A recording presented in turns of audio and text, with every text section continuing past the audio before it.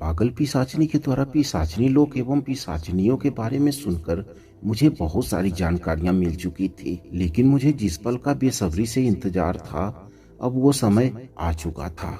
पिशाचिनी लोक को नई राजमाता दंत्रिका देवी के जगह पागल पिशाचिनी को बैठाकर चाबी को प्राप्त करके इस अद्भुत साधना से बाहर निकलना।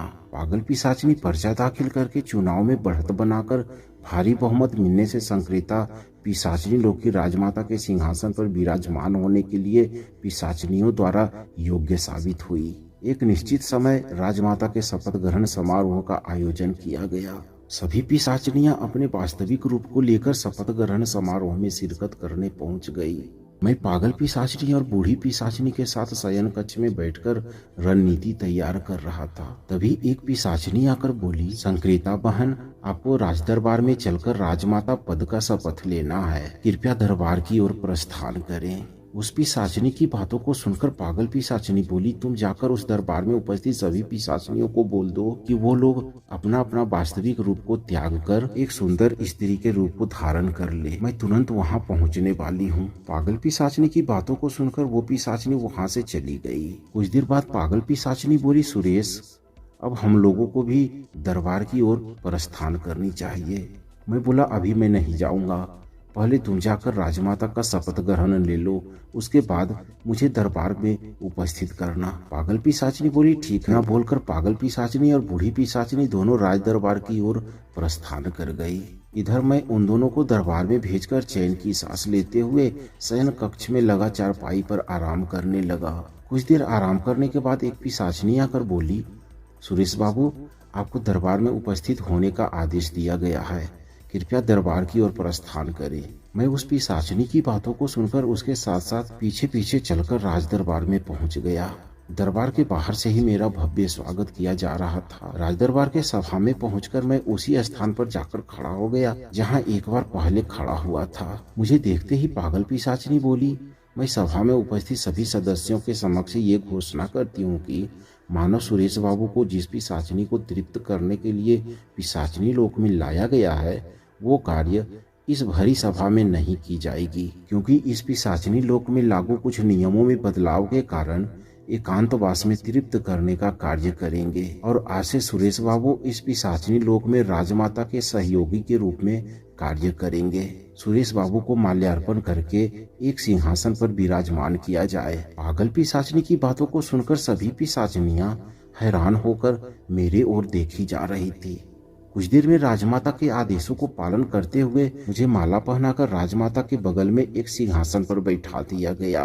मैं उस पागल पिशाचिनी के इस कार्य से खुश था, लेकिन मेरे दिमाग में एक बात खटक रही थी कि ये पागल एकांतवास में पिशाचिनी को तृप्त करने की बात भरी सभा को सुना दी।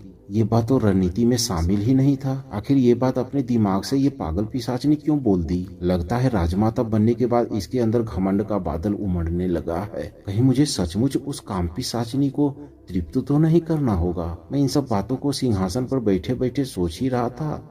तभी पागल पिशाचिनी बोली, काम पिशाचिनी दंत्रिका देवी इस भरी सभा के बीच में उपस्थित हो। पागल पिशाचिनी के द्वारा दिए गए इस आदेश के बावजूद दंत्रिका देवी सभा के बीच में उपस्थित नहीं हुई। तभी एक पिशाचिनी पागल पिशाचिनी के समक्ष नतमस्तक होकर बोली, राजमाता माफ करें, शपथ ग्रहण समारोह में दंत्रिका देवी उपस्थित नहीं हुई थी। उस पिशाचिनी के मुंह से इस बात को सुनकर राजमाता पागल पिशाचिनी गुस्से में आग बबूला होकर बोली, वो काम पिशाचिनी जहाँ कहीं भी हो उसे घसीटते हुए अभी तुरंत सभा के बीच उपस्थित किया जाए। उसने शपथ ग्रहण समारोह में शामिल नहीं होकर एक और जघन्य अपराध कर दी है। पागल पिशाचिनी की बातों को सुनकर पिशाचिनियां दंत्रिका देवी को लाने चली गई। नई राजमाता के बर्ताव को देखकर सभा में उपस्थित सभी पिशाचिनियां पागल पिशाचिनी की बातों को नतमस्तक होकर सुन रही थी। किसी भी पिशाचिनी के अंदर हिम्मत नहीं था कि नई राजमाता से कोई सवाल जवाब करे। एकांतवास में पिशाचिनी को तृप्त करने की बातों को सुनकर मैं भी अपने रणनीति में बदलाव करते हुए अपनी सिंहासन को छोड़कर खड़ा हो गया और बोलने लगा। सभा में उपस्थित सभी सदस्यों के समक्ष मैं अपना कुछ मंतव्य रखना चाहता हूँ। क्या राजमाता के द्वारा मुझे अपना मत पेश करने की अनुमति मिलेगी? मेरी बातों को सुनकर पागल पिशाचिनी बोली, सुरेश बाबू, शायद आप भूल रहे हैं कि आप इस पिशाचिनी लोक की राजमाता के सहयोगी हैं और आप अपना मंतव्य पेश करने के लिए हर समय आज़ाद हैं। बोलिए, क्या कहना चाहते हैं आप? मैं बोला, मुझे लगता है कि आपके द्वारा दिए गए आदेश को पाकर कुछ पिशाचिनियां दंत्रिका देवी को सभा में उपस्थित कराने हेतु दंत्रिका देवी को ढूंढ कर लाने चले गए। लेकिन आप जिस प्रकार अपना आदेश उन आदेशपालों को दिया है, वो एक राजमाता के द्वारा दिया गया आदेश अशोभनीय है। इससे पिशाचिनी लोग की मर्यादा धूमिल होगी। आप अभी इस राजमाता के पद पर नई नई बनी हैं। शायद आपके अंदर थोड़ा ज्ञान की कमी दिखाई दे रहा है। मेरे मुंह से इन सब बातों को सुनते ही पागल पिशाचिनी हैरान भरी नजरों से मेरी तरफ देखते हुए बोली, सुरेश, तुम ये क्या बोले जा रहे हो? तभी बूढ़ी पिशाचिनी बीच में बोल पड़ी, सुरेश ठीक बोल रहा है। आदेशपालों को तुरंत बता दिया जाए कि दंत्रिका देवी के साथ किसी भी प्रकार का दुर्व्यवहार नहीं किया जाए। जो भी उचित सजा मिलनी है दरबार द्वारा लिए गए निर्णय के आधार पर ही उसे दी जाएगी। बूढ़ी पिशाचिनी की बातों को सुनकर पागल पिशाचिनी बोली, ठीक है, जैसी आप लोगों की मर्जी। कुछ ही देर में आदेशपाल दंत्रिका देवी को सम्मान के साथ दरबार के बीच सभा में लाकर खड़ा कर दिया। दंत्रिका देवी सभा के बीच में आकर खड़ी होते ही अपनी शक्ति से एक शराब का बोतल अपने हाथ में लेकर खड़ी होकर पीने लगी और अपनी नजरें सभा के चारों ओर घुमा घुमा कर देखती जा रही थी। सभा में उपस्थित सभी पिशाचिनियां दंत्रिका देवी के इन हरकतों को मौन धारण करके देख रही थी।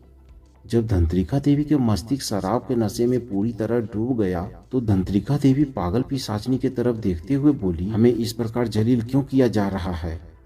मुझे इस पागल खाने में क्यों लाया गया है?